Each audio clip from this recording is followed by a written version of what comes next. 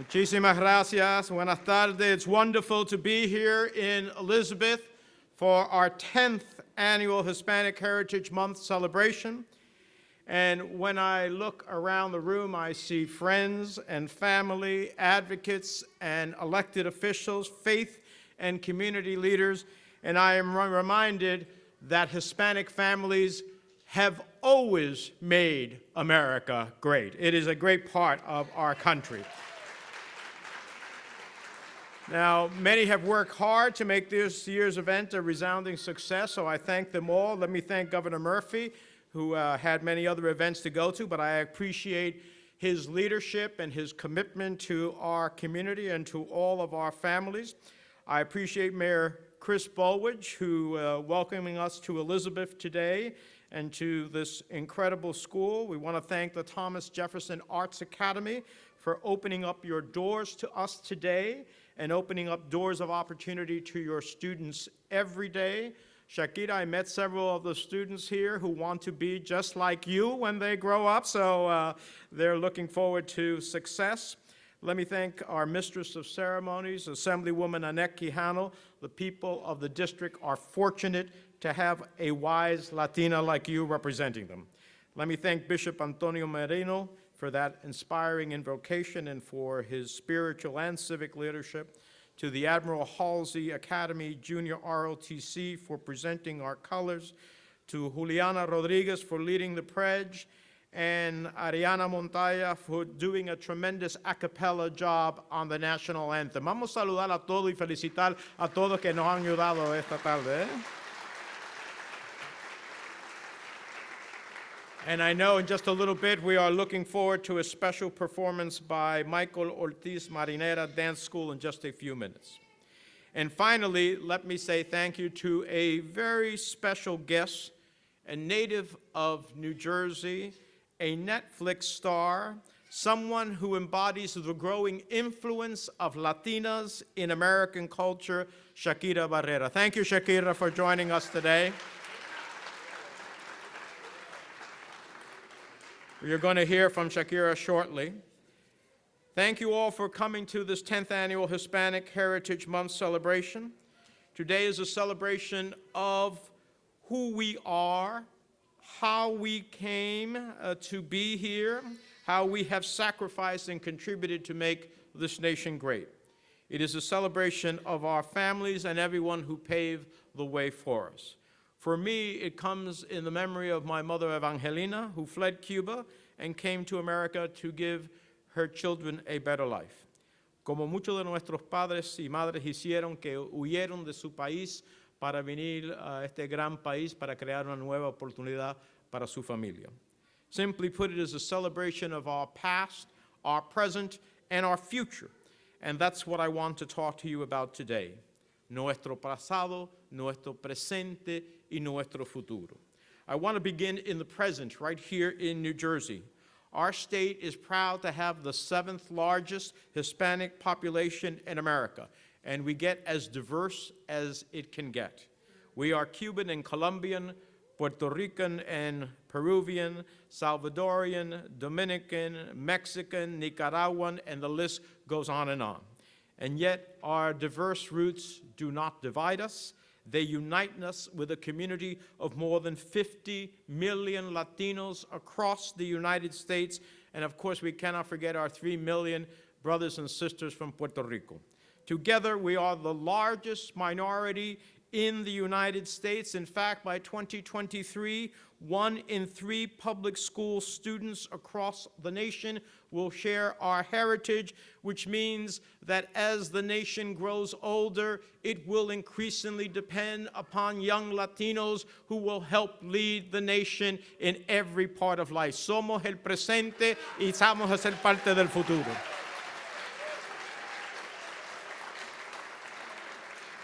On our college campuses, we are nearly 20% of the students are Latino or Latina. A new generation is preparing to lead. No one can deny our incredible influence over American culture. It seems like every time you turn on the radio, there is a Latino or Latina voice to sing along to. Whether it's Belcalis Malenis Almanzar, who some of you may know better as Cardi B, or Luis Fonsi singing Despacito. Just a couple of weeks ago, Hollywood gave a standing ovation when Jarrell Jerome became the first Afro-Latino de sangre dominicana to win the Emmy for Best Actor. And we have Latinas playing leading roles in many of today's hit TV shows, from Gina Rodriguez on Jane the Virgin to our own Netflix star, Shakira Barrera.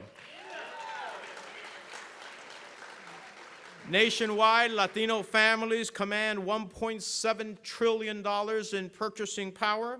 We own more than 4.7 million businesses, creating millions of jobs and contributing over $600 billion to the U.S. economy every year. Simply put, we are growing, we are striving, and we are succeeding. Yet for many of us, the present is also a time of uncertainty. Just 2 months ago in El Paso, we witnessed the deadliest attack on Latinos in the history of the United States in yet another mass shooting. The shooter drove 9 hours from Dallas to El Paso with the intent to kill, quote, as many Mexicans as he could. He took 22 lives. He injured over 24 more.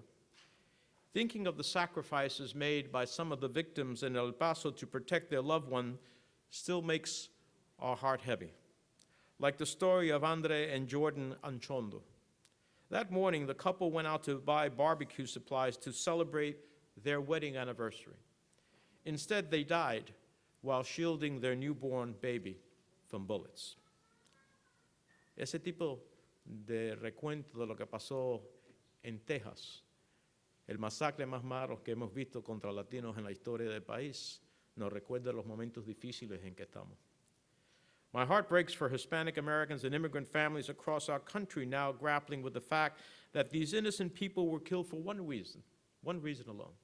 They were Latino. After El Paso, many Latinos reported feeling as though they lost something, a sense of safety and belonging, su sentido de seguridad y pertenecer en este país. And unfortunately, these mass shootings isn't the only reason many have felt afraid. The current administration has left many Latino families fearing who may come knocking at the door. Ese sentido de el que toca en la puerta normalmente es nuestro vecino, nuestra familia. Pero para muchas de nuestras familias inmigrantes, el temor es que ese toque en la puerta es la amiga. There have been efforts to revoke temporary protected status for thousands of Honduran and Salvadorian families here in New Jersey, to end DACA, to reduce legal migration to the United States. DACA allowed 800,000 dreamers across America, including 22,000 dreamers in New Jersey, to come out of the shadows, pursue their dreams without fear of deportation. These are children who were brought here through no decision of their own. They grew up saying a pledge to the flag of the United States. They sang the Star-Spangled Banner. That is the only pledge or song, national anthem that they know. And in every respect, they have made America great. Tenemos que seguir luchando para que todos los soñadores tengan la oportunidad de realizar su sueño en este país, y por eso estamos luchando en el Congreso para pasar una ley para los Dreamers, pero entre tanto dependemos de la Corte que nos defiende a nuestra juventud para que puedan realizar su sueño en este país. In just a few weeks, the Supreme Court will hear the DACA case, and they will decide the fate of hundreds of thousands of dreamers who are American in every way except on a piece of paper. All this uncertainty reminds us that we need real and lasting comprehensive immigration reform, reform that lives up to our values and our history as a nation of immigrants, the kind of reform that includes a pathway to citizenship like the landmark bill I passed in the Senate in 2013, only to die in the Republican-controlled House of Representatives. Desafortunadamente, tengo que decir esto, no me gusta decirlo, Pero el presidente Trump no tiene ningún interés de encontrar soluciones verdaderas para nuestros inmigrantes. Nunca en mis 27 años en el Congreso he visto un momento tan difícil para inmigrantes en este país. The president remains fixated on a medieval border wall on our southern border. And since Mexico was never going to pay for it anyhow, he's trying to use money stolen from the U.S. military and land stolen from the American people to build it. Meanwhile, we've seen efforts to end legal immigration as we know it as well. That's why what some mean when they say they want to end chain migration. Every time I hear this in the Senate, I made a speech about this. Every time my colleagues talk about ending chain migration. When you want to dehumanize someone, you turn it into an inanimate object. So the suggestion of a chain migration. What they call links in the chain, we call our fathers and mothers and brothers and sisters and children, the essence of what made America the greatest experiment in the history of mankind. Nosotros llamamos esas cadenas que dicen que tenemos que parar, los padres y las madres, los hijos y las hijas, los hermanos que actualmente ha sido este país tan rico, un país de inmigrantes unido todo con un propósito de adelantar su comunidad y su país. Y no vamos a tener o permitir que esa realidad se cambie en nuestro país, porque vamos a seguir luchando por that. We see these challenges in the intentional separation of families at our border, which will be a dark stain on the nation's history. This summer, I traveled to the border. I visited a detention center and a Catholic charity for families released from Customs and Border Patrol. My friends, I didn't see violent criminals or terrorists or an impending invasion. What I saw at the border were families. Lo que vi en la frontera fueron familias. Desperate families who risk everything to seek asylum in the United States after seeing horrific violence in Central America. I asked some of these families about their stories. One mother who fled El Salvador with her young daughter, an infant. And I asked her, why did you travel thousands of miles? Why did you leave? And she told me they left because children were being kidnapped from their schools. Another couple with a 7-month-old baby told me that she left Honduras because there they were running a small business, but when the gangs began extorting them for money and threatening their lives, they had no choice but to leave. And this is the choices of so many Central Americans. Stay and die, see my daughter raped, see my son forcibly put into a gang, or flee and have a chance at living. As a parent, I can tell you that if that's my choice, I'm going to flee and have a chance at living and giving my children a chance at living. And instead of taking care of the root causes of these problems, we find ourselves in a humanitarian disaster. We find ourselves like Nicaraguans who are facing an oppressive regime and coming to seek asylum in the United States under our existing law for which they are qualified for, being arbitrarily and capriciously denied. We must change that reality so that those who seek asylum and qualify for it should be able to receive it. At the end of the day, I struggle to believe that these migrants would be treated so poorly if they were white instead of brown, because we've witnessed a repeated bias from this administration. Just look at the shameful treatment of our fellow Americans in Puerto Rico. Nearly 3,000 American citizens in Puerto Rico perished in the wake of Hurricane Maria due to the administration's lack of response. It's an abomination, and it must be made right. In the Senate, I proudly led the fight for $18 billion to rebuild Puerto Rico. And yet to this day, the administration has held most of the money hostage, even as thousands of people still live under blue tarps. The treatment of Puerto Ricans like second-class citizens has to stop. Puertorriqueños son ciudadanos americanos y debemos respetarlo y darle los mismos méritos que cualquier otro ciudadano de los Estados Unidos. So these are the challenges we face and so much more. But when I look around this room, I see nothing but love and a sense of community and pride for our past. So let me be clear. We not only belong in this country, we have shaped this country from day one. Hispanic heritage is part of American heritage. Consider, for example, our legacy of military service. We saw those young ROTC members, several of which Latino.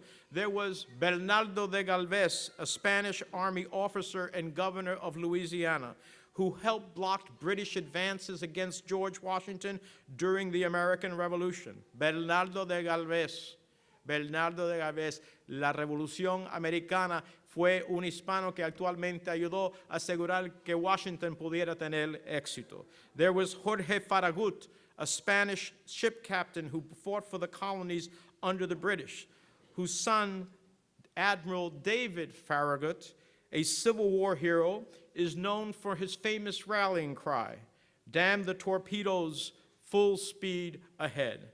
I would imagine few who walk through Farragut Square in Washington, D.C. realize that Admiral Farragut was of Hispanic heritage. There was at least 10,000 Mexican Americans who fought for the Union during the Civil War as an example of their commitment to the nation. And of course, there were Puerto Rico's borinquineros, who I proudly recognize with the Congressional Gold Medal for their heroics in World War I, World War II, and the Korean War. I want to recognize the 80,000 Hispanics who served in Vietnam. Many, if you go to Washington and you see the Vietnam Memorial, you will see the inordinate numbers of Latino names. And today, more than 200,000 active duty Hispanic members of our military keep this tradition of service alive. Desde el empezar de la nación hasta este momento, hispanos han muerto por el país, han defendido el país y han puesto el uniforme del país. Así que no nos dicen a nosotros que no somos orgullosos de lo que estamos haciendo por los Estados Unidos. So I could go on and on with this history, but the point is this. We have been here since the beginning of America. You belong in America. We belong in America. We are American. For every reason we have to be proud of our past, we have every reason to be hopeful for our future. At nearly 60 million strong, the success of the United States increasingly hinges on the success of Hispanic Americans. But we cannot take that success for granted. We have to stand up for ourselves and make our voices heard. Throughout our history, Latinos have struggled alongside other minorities for equal rights under the law, equal opportunity in our economy, equal respect in our society. And as part of that recognition, I hold an annual Black History Month celebration because in that struggle, African Americans led the way and Latinos have joined them. We have made real strides in 2018. We saw a record turnout by Hispanic voters across the nation, and more Latinos are serving in the Congress of the United States than ever before in our history. We have to make sure that we keep electing people from the community who can be voices for the community in the Congress of the United States. We must keep fighting for equal and fair representation in the media. That's why I've led the effort in Congress to diversify corporate America and major industries like Hollywood, because we need to see more Latinos and Latinas in front and behind the camera. We must keep fighting to give every young Latino and Latina an excellent education from preschool to college. That's why I'm working to make childcare free for millions of working families and protect funding for Hispanic-serving institutions of higher learning.